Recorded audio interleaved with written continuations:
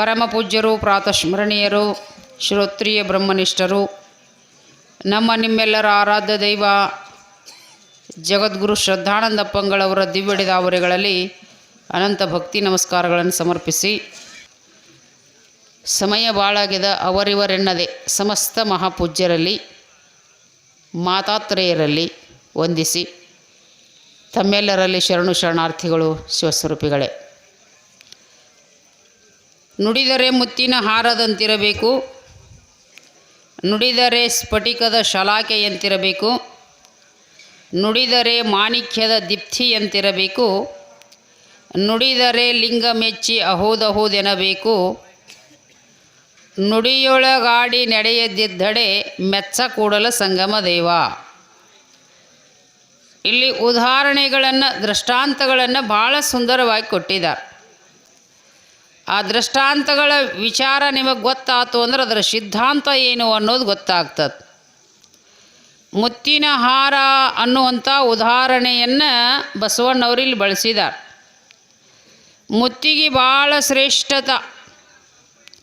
ಅದು ಮುತ್ತು ಹೆಂಗೆ ಹುಟ್ಟೈತಿ ಅಂದ್ರೆ ನಿಜವಾದ ಊಚ ಮುತ್ತುಗಳು ಅಂತಿರ್ತಿದ್ದು ಹಿಂದೆ. ಅವನ್ನೆಲ್ಲ ಮಾರಕ್ಕೆ ಯಾರು ಬರ್ತಿದ್ರು ಅಂದ್ರೆ ಮುತಗಾರು ಅಂತ ಬರ್ತಿದ್ರು ನೋಡಿ. ಅವ್ರು ಬಂದು ಅವ್ವಾಗಳು ಬುಗುಡಿ ಹೆಣಸ್ಕೋಬೇಕಾಗಿತ್ತಂದ್ರೆ, ಮೂಗುನಿಯೊಳಗೆ ಮೂಗುತಿ ಮಾಡಿಸ್ಕೋಬೇಕಾಗಿತ್ತಂದ್ರೆ ಏನು ತಗೋತಿದ್ರು ಅಂದ್ರೆ ಮುತ್ತುಗಳನ್ನು ತಗೊತಿದ್ರು. ಆ ಮುತ್ತುಗಳು ಹೆಂಗೆ ಹಾಕಿದ್ವು ಅಂದ್ರೆ ತೊಲಿ ಗಂಟ್ಲೆ ಮುತ್ತು ಕೊಡ್ತಿದ್ರು. ಆಗ ಬಂಗಾರ ಹೆಂಗೆ ಕೊಡ್ತಾರಲ್ಲ ಈಗ ತೊಲಿ, ಹಂಗೆ ಮುತ್ತುಗಳು ಹೆಂಗಿರ್ತಿದ್ವು ಅಂದ್ರೆ ಸೌದಂಗ ಹೊಳಪು ಬರ್ತಿತ್ತು ಆ ಮುತ್ತಿಗೆ.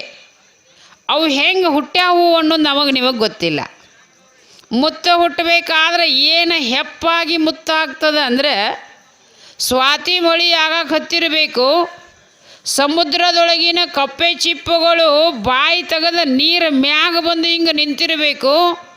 ಆ ಸ್ವಾತಿ ಮಳೆ ನೀರು ಆ ಕಪ್ಪಿ ಚಿಪ್ಪಿನೊಳಗೆ ಬಿತ್ತು, ಸಿಂಪಿಯೊಳಗೆ ಬಿತ್ತು ಅಂದರೆ ಆ ಸಿಂಪಿ ಹಿಂಗೆ ಬಾಯಿ ಮುಚ್ಕೊಂಡು ಸಮುದ್ರ ತಳಕ್ಕೆ ಹೋಗಿ ಕೂಡ್ತದೆ. ಆ ನೀರು ಹೆರತು ಏನಾಗ್ತದೆ ಅಂದ್ರೆ ಅದು ಮುತ್ತಾಗ್ತದೆ. ಮುತ್ತಾಗೋದಂದ್ರೆ ಇಂಥವಕ್ಕೂ ಮುತ್ತಂತಾರೆ.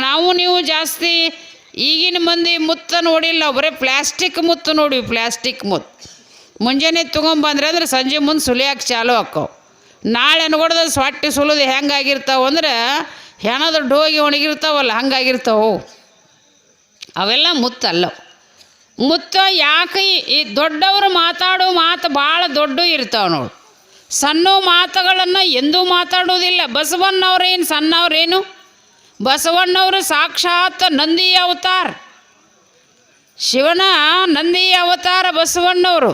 ಅವ್ರು ಎದಕ್ಕೆ ಬಂದಿದ್ರು ಅಂದರೆ ಈ ಭೂಮಂಡಲವನ್ನು ಉದ್ಧಾರ ಮಾಡೋಕ್ಕೆ ಬಸವಣ್ಣವರು ಬಂದರು, ಶಂಕರರ ಬಂದರು, ಬುದ್ಧ ಬಂದ, ಮಹಾವೀರ ಬಂದ, ಜಗದ್ಗುರು ಸಿದ್ಧಾರೂಢರು ಬಂದರು, ಜಗದ್ಗುರು ಶಿವಾನಂದರು ಬಂದರು, ಜಗದ್ಗುರು ಶ್ರದ್ಧಾನಂದಪ್ಪನಂಥವರು.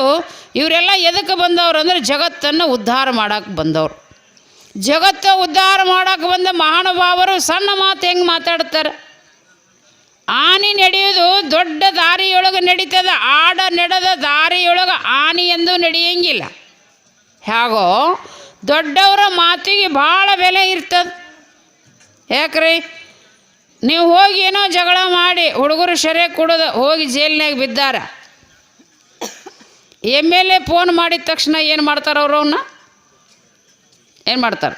MLA ಅವ್ರು ನಾನು ನಮ್ಮ ತಾಲೂಕಿನ ಹುಡುಗಮ್ಮ, ನನ್ನ ಕಾರ್ಯಕರ್ತದನ, ಅವನು ಬಿಡು ಅಂದ ತಕ್ಷಣ ಏನು ಮಾಡ್ತಾನ? PSI ಹೊರಗೆ ಬಿಟ್ಟು ಬಿಡಪ್ಪ ಅವನು ಅಂತಾನೆ. ನಿಮ್ಮ ಊರಾಗ MLA ಅಂತ ಶ್ರೀಮಂತರು ರಗಡ ಮಂದಿ ಅದಾರ, MLA ಹೆಸರು ಇದ್ದವರು ಅದಾರ, ಅವನಿಗಿಂತ ಜಾಸ್ತಿ ಮಾತಾಡೋಕೆ ಬರೋರು ಅದಾರ. ಇವರು ಫೋನ್ ಮಾಡಿದ್ರೆ ಏನಂತ ನಾವು PSI ಹೊರಗೆ ಬಿಡ್ತಾನ, ಅವನೊಬ್ಬನ ಹಿಡ್ಕೊಂಬಂದು ಒಳಗೆ ಹಾಕ್ರಿ ಅಂತ. ಹೆಂಗೆ ಒಬ್ಬ MLA ಮಾತಿಗೆ ಕಿಮ್ಮತ್ತಿರ್ತೈತೋ ಹಾಗೆ ದೊಡ್ಡವರು ಮಾತಾಡೋ ಮಾತಿಗೆ ಏನಿರ್ತದಂದ್ರೆ ದೊಡ್ಡ ಕಿಮ್ಮತ್ತಿರ್ತದೆ. ಮುತ್ತಿನ ಹಾರಿನ ಉದಾಹರಣೆಯನ್ನು ಬಸವಣ್ಣವರು ಯಾಕೆ ತಗೊಂಡ್ರು ಅಂದರೆ ಮುತ್ತು ಭಾಳ ಪವಿತ್ರ. ಎರಡನೇದು ಯಾವುದು ಅಂದರೆ ಸ್ಫಟಿಕದ ಶಲಾಕೆಯಂತಿರಬೇಕು, ಸ್ಫಟಿಕದ ಗಟ್ಟಿಯಂತಿರಬೇಕು. ಶಲಾಕೆ ಅಂದ್ರೇನು? ಗಟ್ಟಿ. ಅದರ ಗುಣ ಏನು ಸ್ವಲ್ಪ ಹೇಳ್ತೀನಿ, ನೆನಪಿಟ್ಕೋರಿ ಸಾಧ್ಯ ಆದ್ರೆ ನೀವು. ಬರೀ ಚಾಡಿ ಮಾತು ನೆನಪಿಟ್ಕೊಡ್ದು, ಮಂದಿದು ಏನಾರು ನೆನಪಿಟ್ಕೊಳ್ದು, ಮನೆಯಂದು ಏನಾರು ನೆನಪಿಟ್ಕೋಬೇಡ್ರಿ. ಚಲೋದು ಇಟ್ಕೋರಿ ಒಳಗೆ. ಹೌದಿಲ್ಲ? ಊಟ ಮಾಡ್ಬೇಕಾದ್ರೆ ಚಲೋದು ಉಣ್ಬೇಕಂತೀರಿ, ಉಟ್ಕೋಬೇಕಾದ್ರೆ ಚಲೋ ಉಟ್ಕೋಬೇಕಂತೀರಿ, ಇಟ್ಕೋಬೇಕಾದ್ರೆ ಚಲೋ ಇಟ್ಕೋಬೇಕಂತೀರಿ. ಮಾತನ್ಯಾಗ ಮಾತ್ರ ಹೊಲಸು ವಿಚಾರ ಇಟ್ಕೊಂಡ್ರೆ ಏನು ಉಪಯೋಗ ಐತೆ? ಹೌದಿಲ್ಲ?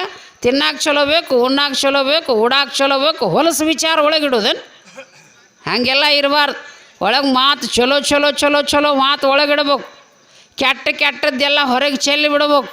ಇಲ್ಲಿ ಏನು ಹೇಳಿದ್ರು ಅಂದ್ರೆ, ಸ್ಫಟಿಕದ ಉದಾಹರಣೆಯನ್ನು ಯಾಕೆ ಕೊಟ್ಟರು ಅಂದರೆ, ಸ್ಫಟಿಕದ ಶಲಾಕೆ ಅಂದರೆ ಗಟ್ಟಿ.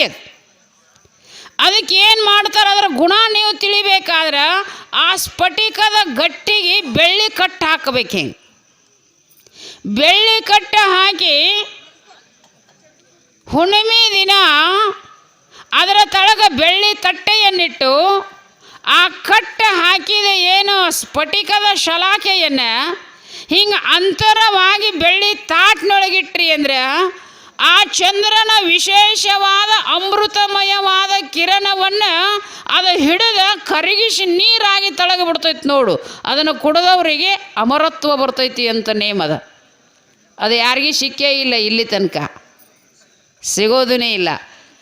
ನಿಮ್ಮ ಕೊಳ್ಳಾಗ ಸ್ಫಟಿಕ ಅಂತ ಹಾಕೋತೇವಲ್ಲ, ಎಲ್ಲ ನಮೂನಿ ಪ್ಲಾಸ್ಟಿಕ್ಕಿನ ಕಾಜವು. ಅವು ಸ್ಫಟಿಕ ಅಲ್ಲ, ಊಚಲ್ಲ. ಸ್ಫಟಿಕಿನಂದ್ರೆ ಎಂಥ ತಾಕತ್ತೈತಿ ಅಂದರೆ, ಆ ಚಂದ್ರನಿಂದ ಬರ್ತಕ್ಕಂಥ ಏನು ತಂಪಾದ ಕಿರಣಗಳನ್ನು, ಅಮೃತವನ್ನು ಸಿಂಚನ ಮಾಡ್ತಾ ಇರ್ತಾನೆ ಹುಣ್ಣಿಮೆಗೊಮ್ಮೆ ಚಂದ್ರ. ಆ ಅಮೃತವನ್ನು ಹಿಡ್ಕೊಂಡು ತಳಗ ಬಿಟ್ಟು ಕೊಡ್ತೈತಲ್ಲ, ಅಂಥ ಒಂದು ವಸ್ತು ಏನಂತಾರೆ ಅಂದರೆ ಸ್ಫಟಿಕ ಅಂತ ಕರೀತಾರೆ. ಸ್ಫಟಿಕದ ಶಲಾಕೆ ಎಂತಿರಬೇಕು. ಮುಂದೆ ಹೋಗಿ ಇದಕ್ಕಿಂತ ದೊಡ್ಡ ಉದಾಹರಣೆಯನ್ನು ಕೊಡ್ತಾರೆ. ಮುತ್ತಿನಕ್ಕಿಂತಲೂ ಸ್ಫಟಿಕ ಶ್ರೇಷ್ಠ. ಮುತ್ತ ಏನೋ ಗಟ್ಟಿಯಾಗಿರ್ಬೇಕು ಹೆರ್ತ, ಆದ್ರೆ ಚಂದ್ರನ ಅಮೃತವನ್ನು ಹೀರತಕ್ಕಂಥ ತಾಕತ್ತು ಮುತ್ತಿಗಿಲ್ಲ. ಆದ್ರೆ ಸ್ಫಟಿಕಿಗೆ ಇಂಥ ತಾಕತ್ತೈತಿಲ್ಲ. ಸ್ಫಟಿಕಿನಕ್ಕಿಂತಲೂ ಹೆಚ್ಚಿನ ಕಿಮ್ಮತ್ತು ಯಾವುದು ಅಂದರೆ ಮಾಣಿಕ್ಯದ ದೀಪ್ತಿ ಅಂತಿರಬೇಕು. ಮಾಣಿಕ್ಯ ಯಾರೂ ನೋಡೇನೇ ಇಲ್ಲ, ಅದು ಹೆಂಗಿರ್ತೈತೆ ಅಂತ ಗೊತ್ತಿಲ್ಲ.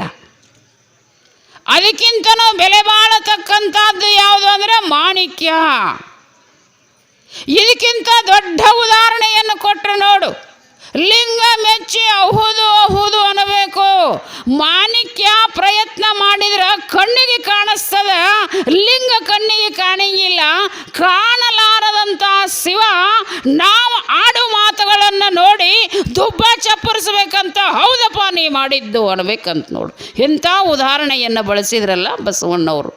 ಸಣ್ಣ ಮಾತ ಇವೆಲ್ಲ, ಸಣ್ಣ ಮಾತಲ್ಲ, ಭಾಳ ದೊಡ್ಡ ಮಾತುಗಳು. ದೊಡ್ಡವ್ರು ಮಾತಾಡೋ ಮಾತು ಭಾಳ ದೊಡ್ಡ ಇರ್ತಾವೆ, ಹೇಳೋಕೆ ಟೈಮ್ ಇಲ್ಲ.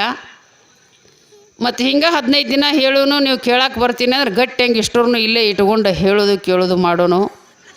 ನೀವೇನಾದರೂ ಪ್ರಸಾದ ಒಯ್ಯವ್ರು ಇದ್ರೆ ಮನೆಯಾಗ ಮುದುಕರಿಗೆ ತದಕರಿಗೆ ಒಯ್ಯಾಗಿದ್ರೆ ನಿಮ್ಮ ಮನೆಯಾಗ ಬರೋವಾಗ ತೊಗೊಂಡು ಬರ್ರಿ. ಅಂಜಿಕಿಲ್ಲದಂಗೆ ಒಯ್ಯಿರಿ, ಅದನ್ನು ನೀವು ಕೊಟ್ಟದ್ದು, ಅದನ್ನು ನಾವು ಯಾರೂ ತಂದಿಲ್ಲ. ಒಟ್ಟ ಬಾಂಡೆ ಒಯ್ದು ಇವತ್ತು ಬಂದು ಆಗಬೇಕು, ಹಾಗೆಲ್ಲ ಮಾಡೋಕ್ಕೆ ಹೋಗ್ಬೇಡ್ರಿ, ಏನೂ ಒಯ್ಬೇಡ್ರಿ. ದಯವಿಟ್ಟು ಎಲ್ಲರೂ ಕೂಡಿಸಿದ್ರೆ ಹನಿ ಹನಿ ಕೂಡಿದ್ರೆ ಹಳ್ಳ. ಹೌದಿಲ್ಲ? ನೀವೆಲ್ಲರೂ ಕೂಡಿಸಿರಿ ಅಂತ ಭಾಳ ಅಕ್ಕವು. ನೀವೆಲ್ಲರೂ ಒಂದೊಂದು ಹೋದ್ರಿ ಅಂದ್ರೆ ಮತ್ತೆ ಏನಾಗಬಾರ್ದು. ಬೇಲಿ ಎದಕ್ಕೆ ಹಚ್ಚಿರ್ತಾರಂದ್ರೆ ಹೊಲ ಜೋಪಾನ ಆಗಕ್ಕೆ. ಹೌದಿಲ್ಲ? ಬೇಲಿ ನೀರುಂಬಡೆ ಏರಿ ನೀರುಂಬಡೆ, ಬೇಲಿ ಹೊಲವು ಮೇಯ್ವಡೆ, ನಾರಿ ಮನೆಯೊಳು ಕಳುವಡೆ, ಇನ್ನಾರಿಗೆ ದೂರುವೆ ಕೂಡಲ ಸಂಗಮ ದೇವ. ಅವ್ನು ನೌಕರಿ ಮಾಡಿ 50,000 ರೂಪಾಯಿ ಪಗಾರ ತಂದು ಹೆಂಡತಿ ಕೈಯಾಗ ಕೊಡ್ತಾನೆ, 20,000 ರೂಪಾಯಿ ತುಡುಗಿಲೆ ಮನೆಗೆ ಕಳ್ಸಾಕತ್ತಿಲ್ಲ ಅಂದ್ರೆ ಅದೇನು ಉದ್ಧಾರ ಆಗ್ಬೇಕು? ಪರದೇಶಿ ದುಡ್ದು ಹೇಗೆ ಹೋಗ್ಬೇಕಾಕೈತೆ ಅದು. ಹೌದಿಲ್ಲ? ಜೋಳ ಕಾಯಿಲೆ ಅಂತ ತಿಳ್ಕೊಂಡು ಹೊಲಕ್ಕೆ ಬೇಲಿ ಹಚ್ಚಿದ್ರೆ ರಾತ್ರಿ ಬೇಲಿನೇ ಮೇಯಕತ್ತಿ ಅಂದ್ರೆ ಹೊಲ ಹೆಂಗೆ ಬೆಳೀತದೆ? ಹೌದಿಲ್ಲ? ಹೀಗೆಲ್ಲ ಆಗಬಾರ್ದು. ಹೆಚ್ಚಿಂದ ದಾನ ಮಾಡಿದ್ರೆ ಹೆಚ್ಚಿಗೆ ಪುಣ್ಯ ಬರ್ತೈತೆ ನೋಡು. ಹೆಚ್ಚಿಂದ ದಾನ ಮಾಡಿದ್ರೆ ದೊಡ್ಡ ಪುಣ್ಯ ಬರ್ತೈತಿ.